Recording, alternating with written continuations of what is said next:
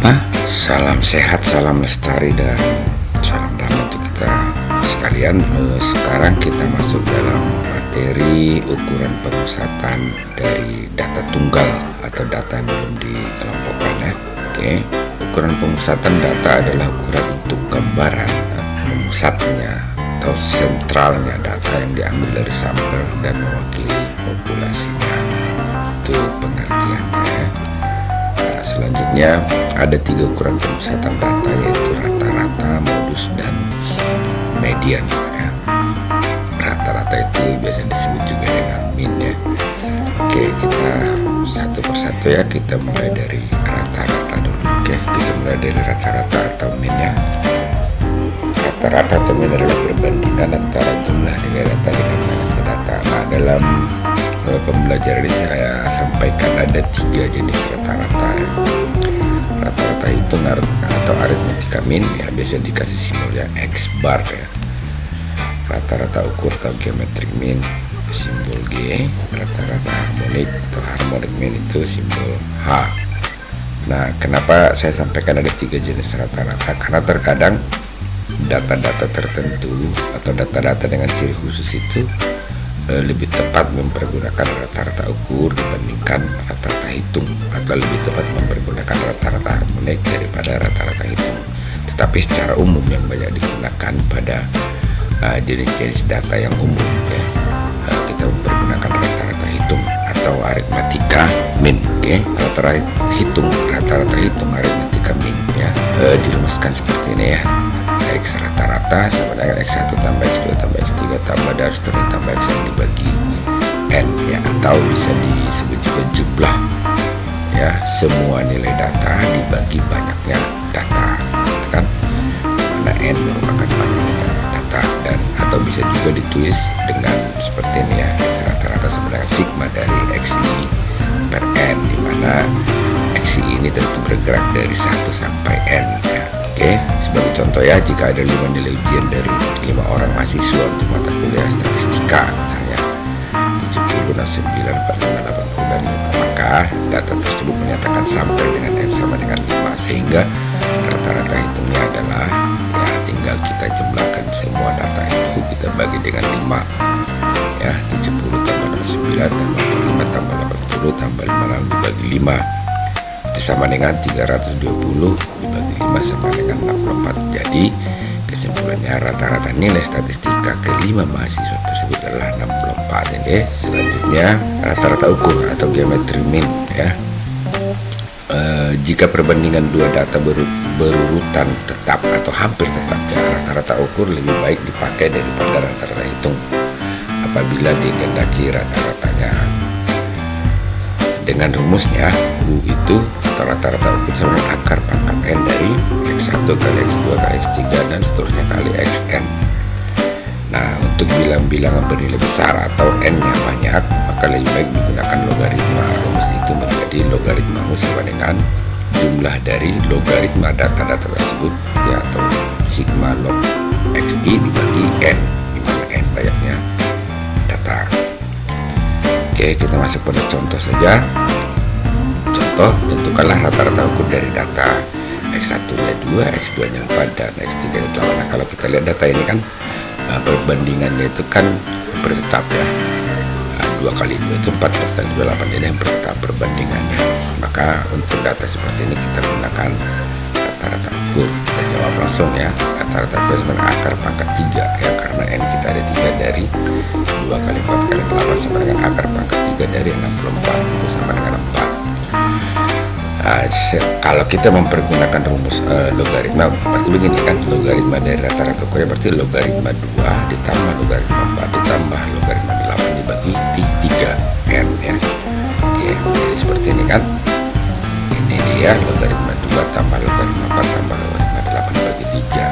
1,800 dibagi 3 dapatnya 0,6020. Ini belum rata-rata ukurnya, masih logaritma. Nah, selanjutnya rata-rata ukurnya tentu kita anti log kanan ke ini. Nah, kalau kita anti log kan berarti dapatnya 4. Atau 0,6020 itu logaritma dari berapa kan, begitu anti log artinya kan. Tadi kan sudah ada nih ya. Oke, maka dia 4. Rata-rata harmonik ya. Rata-rata harmonik itu rumusannya begini ya, H itu sama dengan N dibagi sigma 1 per XI ya, atau bisa dijabarkannya H itu sama dengan N dibagi 1 per X1 tambah 1 per X2 tambah dan semuanya tambah 1 per Xn. Nah, rata-rata harmonik ini biasa ya digunakan untuk kasus seperti berikut ini. Kita perhatikan ya, katakan si A bepergian pulang pergi. Waktu pergi ia dengan kecepatan lah 10 km per jam, sedangkan waktu kembalinya kecepatannya menjadi 20 km per jam. Berapakah rata-rata kecepatan pulang pergi? Yang ditanya kecepatan pulang pergi. Nah, jawaban otomatisnya kalau kita pakai rata-rata itu biasa kan kita tambahkan aja nih kecepatan ini, kira-kira begitu kan, bagi 2.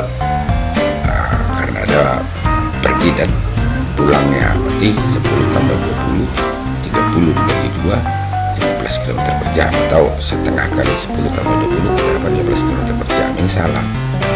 Nah, karena kalau kita analisa lagi kecepatan itu kan dipengaruhi oleh jarak dan waktu, kan gitu. Nah, misalkan saja kalau panjang jalannya atau jaraknya 100 km, maka untuk pergi diperlukan waktu 10 jam.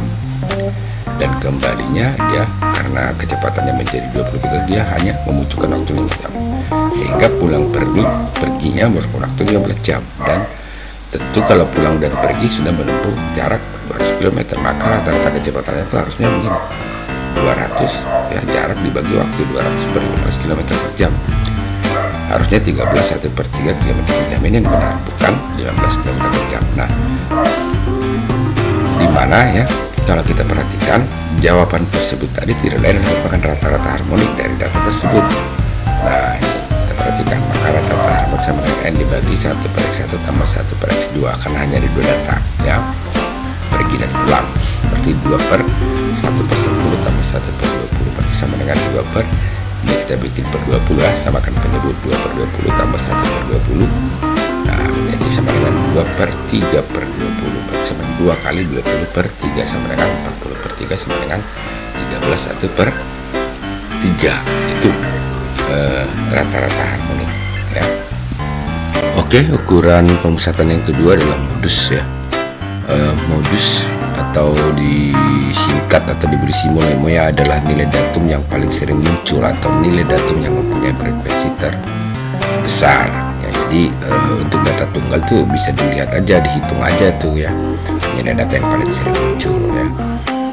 Modus data kuantitatif ditentukan dengan jalan menentukan frekuensi terbanyak ya di antara data tersebut. Nah, sebagai contoh ya, terdapat data-data sebagai berikut, katakan 12, 34, 14, 34, 28, 34, 34, 28 dan 14. Tentu dari sini kita tahu yang menjadi modusnya berapa.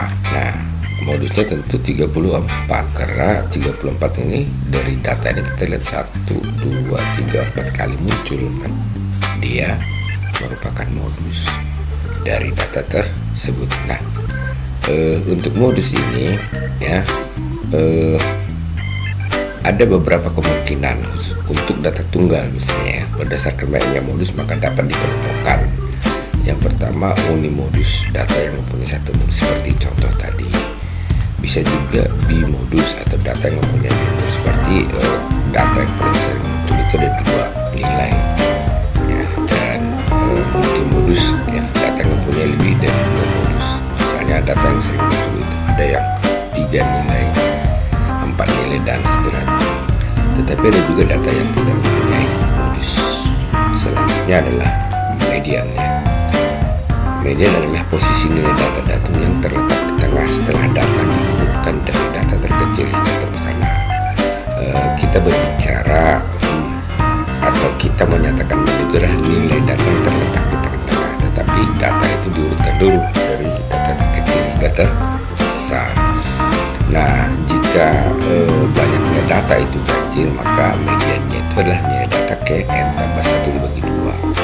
Kalau banyaknya data ganjil, contoh sampel data 4, 12, 5, 7, 8, 10, tentu kita urutkan dulu dari terkecil ya, 4, 5, 7, 8, 10, 10, 12. Ingat artinya 4 ini data ke 1, 5 data ke 2, dan seterusnya sampai data ke 7. N 7 berarti ganjil.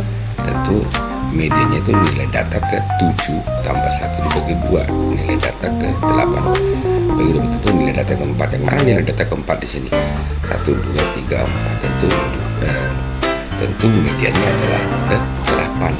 Median sama dengan 8 itu kalau datanya banyaknya data ganjil. Nah, selanjutnya kalau banyaknya data itu genap, N genap, maka cara melihat medianya begini: nilai data ke N per 2 ditambah nilai data ke N per 2 ditambah 1 dibagi 2. Artinya adalah dua data yang terletak di tengah-tengah itu nilainya ditambahkan bagi 2. Contoh ini misalkan datanya E, ini banyak data 8 dan ini sudah diurutkan, berarti kan ini data 7, ini data ke 1, data ke 2, data ke 3 sampai data ke 8, ini kan genap. Oke, kita cek dulu nilai data ke N per 2 itu berarti nilai data ke 4 ya, 8 bagi 2, berarti kita nilai data ke 4 itu 1, 2, 3, 4, ini 10. Dan tentu nilai data ke N per 2 tambah 1 berarti nilai data ke 5, N tambah 1 berarti yang 12. Oke, maka kita tahu medianya tentu 10 tambah 12 dibagi 2 sama dengan 11. Ini ukuran pemusatan data tunggal. Dalam video yang lain nanti diperhatikan di deskripsi video ini akan saya buatkan juga menentukan ukuran pemusatan data tunggal ini dengan mempergunakan aplikasi Excel ya. Demikian, mudah-mudahan bermanfaat. Terima kasih.